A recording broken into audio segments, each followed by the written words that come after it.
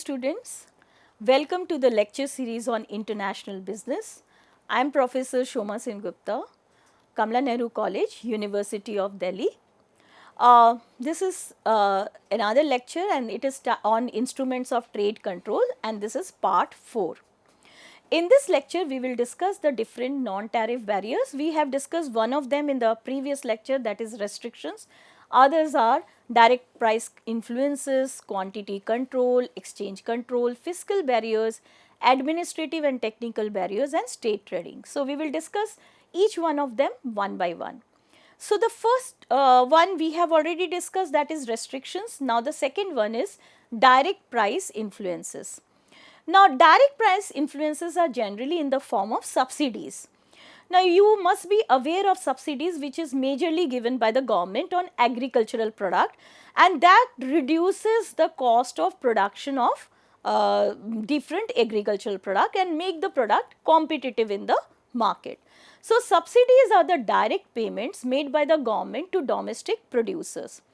It may be in the form of cash payments, low interest loans, government participation in ownership, tax incentives, etc. So, all these are different forms of subsidies. So, subsidies helps in lowering down the cost of production of domestic goods, as a result of which the prices also come down. So, whatever we are consuming even in India, whatever price you are paying for the agricultural products, they are highly subsidized by the government. So, remember this thing, that why we are getting the products at such low prices, because heavy subsidies are paid by the government to the producers. But in the international market also, these producers, or because of these subsidies, Indian products have the competitive edge, because the cost of production will be less, so they can charge a lower price in other countries and capture the market. So, this is direct price influence. It helps domestic producers to capture export markets by making their products cheaper in international markets. It helps them to compete against cheaper imported goods in the domestic markets. So, both the things are happening. These domestic producers are not only giving a competition to foreign producers in their own domestic market, but also capturing the market in international arena or in other countries. Subsidies create surplus production, and so it is beneficial for the producers. Agriculture is one of the greatest beneficiary of subsidies in most countries. So, the surplus is sold in the international market, because you have surplus, the production is given boost by the government, and the extra supply which you are sending in other country depresses the prices over there. But if it is a developing world, then it makes it much harder for the producers in the developing world to sell their output at a profit. So, suppose you are selling your subsidized products in other markets. So, one way is you are capturing that international market, but the domestic producers of that country will suffer because of subsidies being given to the exporter in exporter's country. And that is why in those countries sometimes countervailing duties are imposed on goods imported from such a country where heavy subsidies is given to the production of that product. This we will discuss later on. So, this is about the direct price influence. The third category is quantity control, and there are different ways of quantity control. One is quotas. So, we will begin with quotas. Quota is a traditional and common method of non-tariff barrier. Now, naturally it is linked with license. So, you cannot import beyond the licensed quota. So, it refers to the direct restriction on the quantity of goods that can be imported into a country during any period of time. So, in this way, the government is controlling the free movement of or free import of goods from one country to another by imposing a quota, and thereby securing the future of the domestic industry as well. Quotas limit the quantity of imports of any particular commodity coming into a country during a certain period of time. So, imports are restricted through quotas in a particular country. Quotas help government to reduce consumption of any particular commodity in the country. So, if the government wants to restrict the consumption of a particular commodity, all the more they will have a fixed quota. This is normally done through giving the import licenses to the importers. So, how it can be implemented? By giving import license with a specific quota to the importers, and that much only they can import. There is a difference between quotas and tariffs. Quotas increases the price of goods just as tariffs do, but where the money, extra income will go or revenue will go, that we have to understand. While tariff is a source of revenue for the government, quotas do not provide any revenue to the government, but someone else will be earning because of the quota. Quotas generate revenue for those companies which have the license to import the limited quantity of goods. So, they will increase the price in the absence of any competition. So, all the profits will go to the company which has the license to import a particular amount of commodities or quota amount of commodities. Then another form of quantity controls beside quota is voluntary export restraints, which are also known as VERs. VERs are bilateral agreement instituted to restrain the rapid growth of exports of specific goods. So, this is a kind of a bilateral agreement between two countries, and they restrict the export of goods for the benefit of the other country or on the request of the other country. So, the government of country A, if it asks the government of country B to reduce its company's exports to country A voluntarily, this will help the importing country, that is country A, to protect its domestic industry in a particular sector. So, this is VERs. It runs on goodwill between the two countries. The third kind of quantity controls is local content requirement. Now, a local content requirement is a requirement that some fraction of the product must be produced locally or in the domestic market. So, here what you are not as such restricting the import of the commodities, but you are imposing a condition that some local content should be used in production of that particular product. Then only it can be imported in our country. So, in this way you are giving a boost to a particular sector in your country as well, in your domestic market as well. So, the requirement can either be expressed in physical terms like 50% of the parts of the product, or in value terms 50% of the value of the product will be locally produced. Quantity controls by local legislation, this can be another this is another quantity control, that is by local legislation. Under this form of trade policy, the government makes its purchases from domestic producers only. This legislation forbids the government departments to make use of imported goods. So, this is a condition on the government to buy only those commodities which are locally produced. So, you know that in a country the government is also a major purchaser of the commodities. To run a government organization you need many types of products. So, if you are buying only the local products for a government organization, this will give a boost to those companies in the domestic market, and in those areas sometimes the foreign commodities are totally forbidden, even if they are advantageous or they are better quality and they may be cheaper also. So, however, the government may at times permit the use of imported products only if the price is much below than that of domestic producers. So, sometimes this buy local legislation may have a scope of some modification.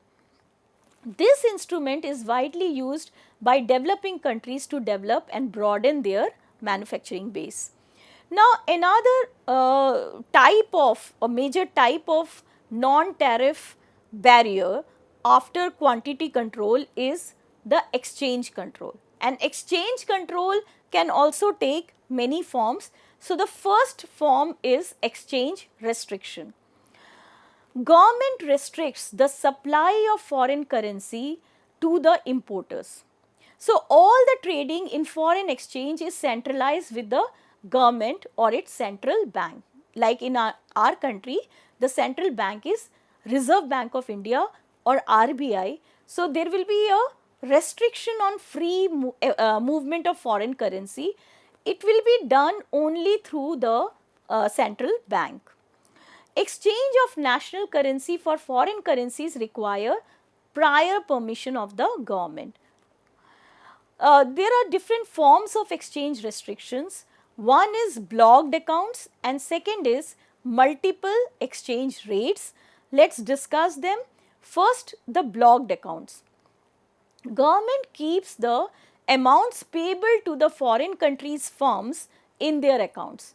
The foreign creditor can use that amount to buy goods from the country only. So, take the example, suppose a country, say US exporter, exports commodities to India or to a local farm or to the people. Now, the forex will not directly go back to that exporter. It will be kept in the central bank. An account will be opened in the name of that producer or that exporter, and they have to buy some local products and set off whatever amount is due to them. So, in that way the foreign exchange is not going out of your country, and also there is a balance between the trading between the countries. So, this takes away, but this takes away the freedom of the foreign creditor, and many of the foreign exporters would not like to then do business with such a country. It reduces international trade also. It leads to black marketing of foreign exchange, as foreign firm may sell it to others at a lower rate. So, black marketing will also generate in that country. Another is, as we said, multiple exchange rates. So, to discourage imports and encourage exports, government may fix different exchange rates for transactions in different commodities and also for different currencies. So, for different commodities you may have different exchange rates, or you may have different exchange rates for different countries or currencies. So, these are multiple exchange rates. An unfavorable rate of exchange for imports will make imports more costly, but it improves the country's balance of payment. So, that is the advantage of multiple exchange rate. So, but it might be possible that you may be penalizing a particular country or particular commodity. It is quite complex and confusing. So, that is the limitation of multiple exchange rate, that it is complex, it is confusing, and it creates uncertainty and causes inefficient use of domestic resources. So, because freely or there is no competitiveness among the products being purchased from different countries. Discriminatory is a measure, we can consider it as IMF also, International Monetary Fund, it disapproves such a control policy. Then another exchange control measure is exchange intervention. In exchange intervention, government buy and sell foreign exchange to influence the exchange rate in the market. You know that every day the exchange rate of dollar vis-a-vis rupee changes. But if there is a substantial change, then the government intervenes and either it buy the currency or sell the particular currency to keep a balance between the exchange rate or in the exchange rate between two currencies. So, the idea is to keep the exchange rate at the desired level. So, you will find although there is a minimum discrepancy. Every day there is a change in the exchange rate, but there is no drastic change in the exchange rate because of the measures of the central government or the central bank. So, there may be different situation like country with deficit balance of payment, where they are paying more and the pluses are less and the minuses are more. We call it deficit balance of payment. We will discuss it in the coming weeks.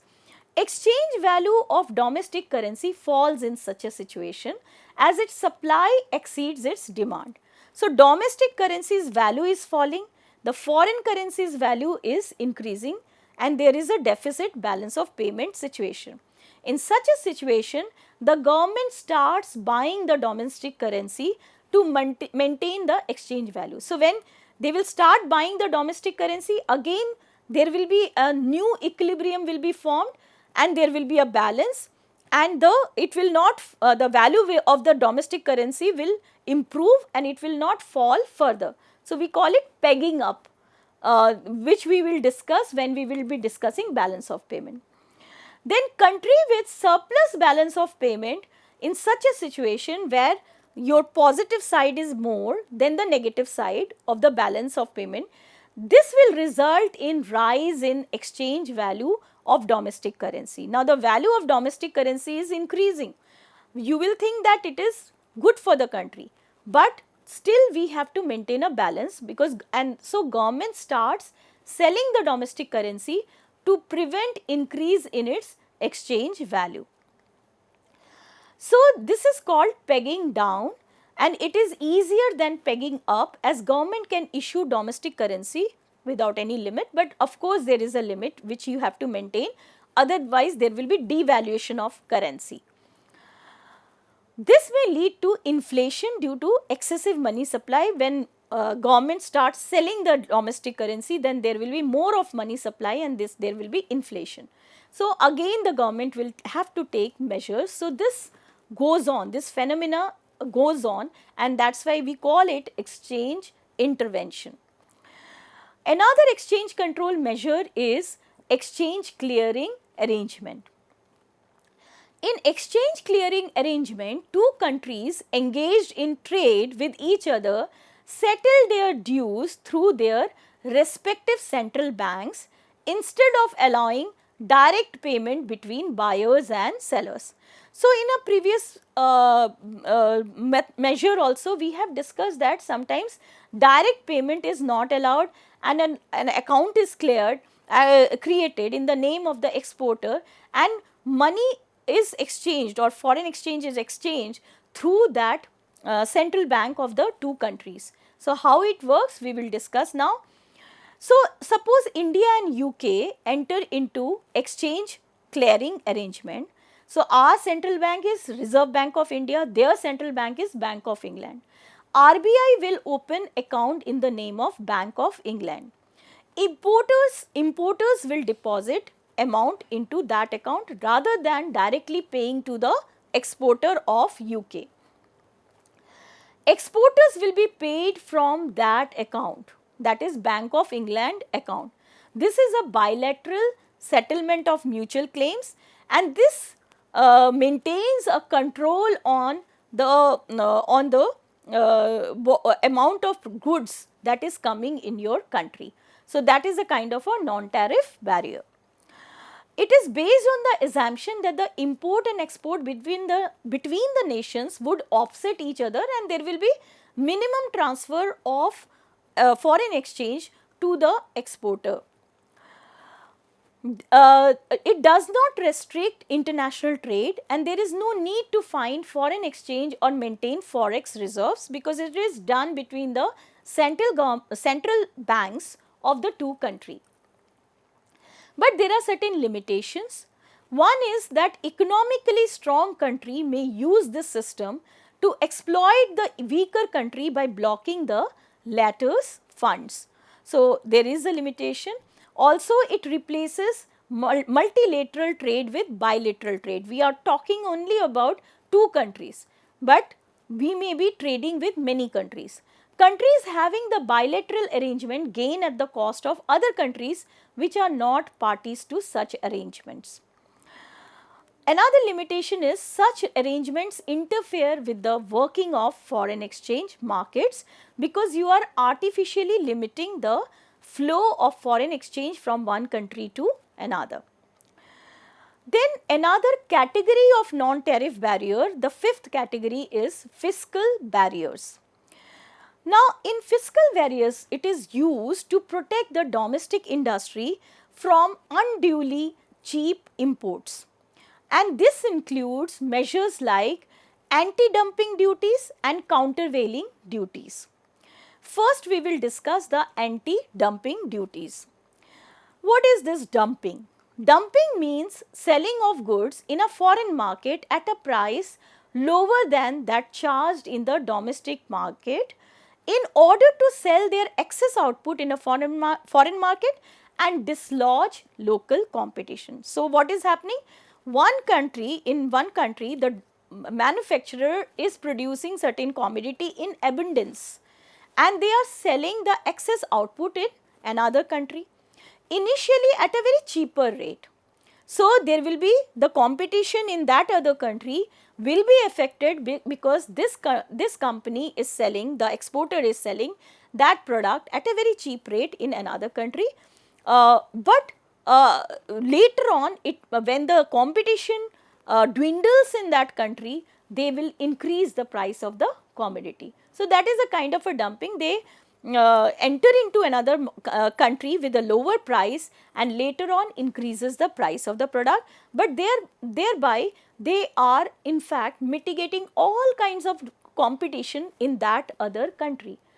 If the government of that country realizes that there is dumping going on, then it will impose anti-dumping duty.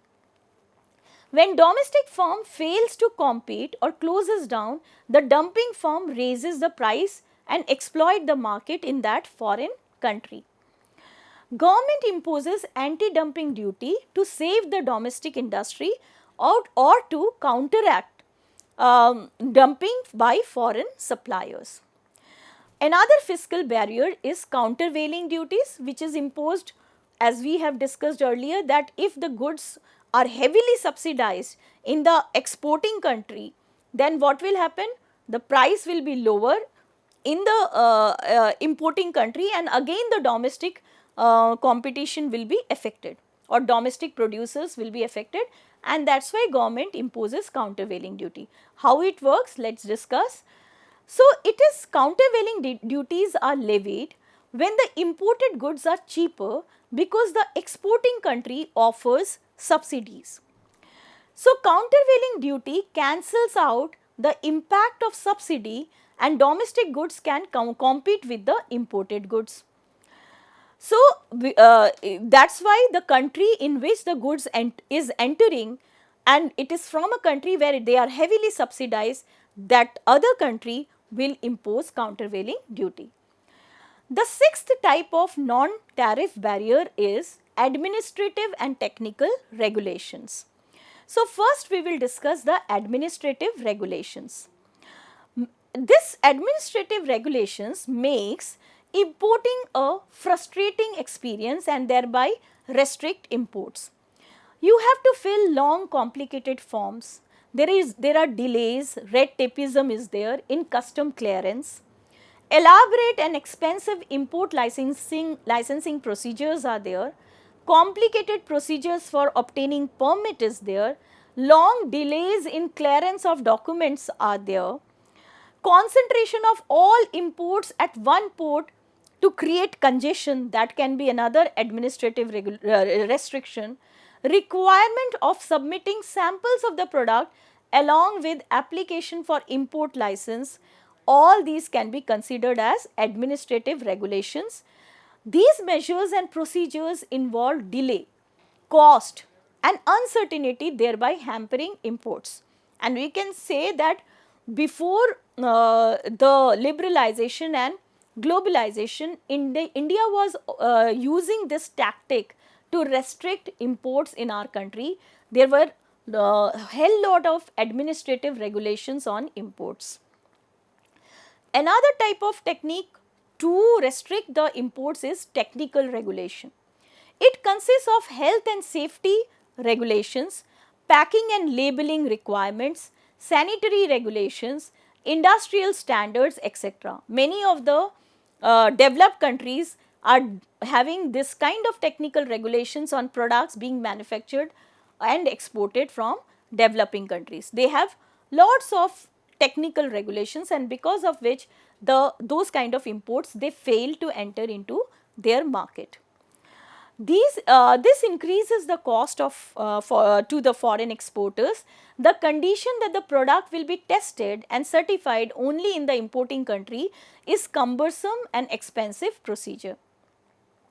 There may be other regulations like local content requirement, minimum deposits requirement, reciprocal arrangements. All these are tactics which imposes various conditions on exporters from other countries, and that is why they are restricting, these countries are restricting the imports in that manner. And the last non-tariff barrier can be considered as state trading, which we have discussed in one of the paragraph as well, where we have said that buy local which is imposed on the government. So, same type of measure is happening in case of state trading. So, in its procurement program, the government gives preference to domestic supplier. So, in some nations, the government invites tenders only from the domestic firm. So, as we have discussed in case of buy local kind of agreement, or where the government organization has to procure everything from domestic manufacturers, then we call it state trading. And this has two kind of benefit. One, you are promoting the domestic supplier or domestic market, and also you are putting a restriction on your imports. The country's law allows the state to accept tenders from domestic firms even when the prices quoted by the foreign suppliers are lower. But if it is substantially lower, the government can think of giving the business to the foreign supplier. But in usual way, they generally purchase the products which are manufactured by domestic manufacturers only. So, this is about the state trading and all the non-tariff barriers that we have discussed. Now, let us summarize this lecture. So, in the previous one we have discussed one of the non-tariff barrier, that is restriction. Here we have discussed first the direct price influences which are in the form of subsidies. Then we have discussed quantity controls, which includes quotas, voluntary export restraints VERs, local content requirement, buy local legislations.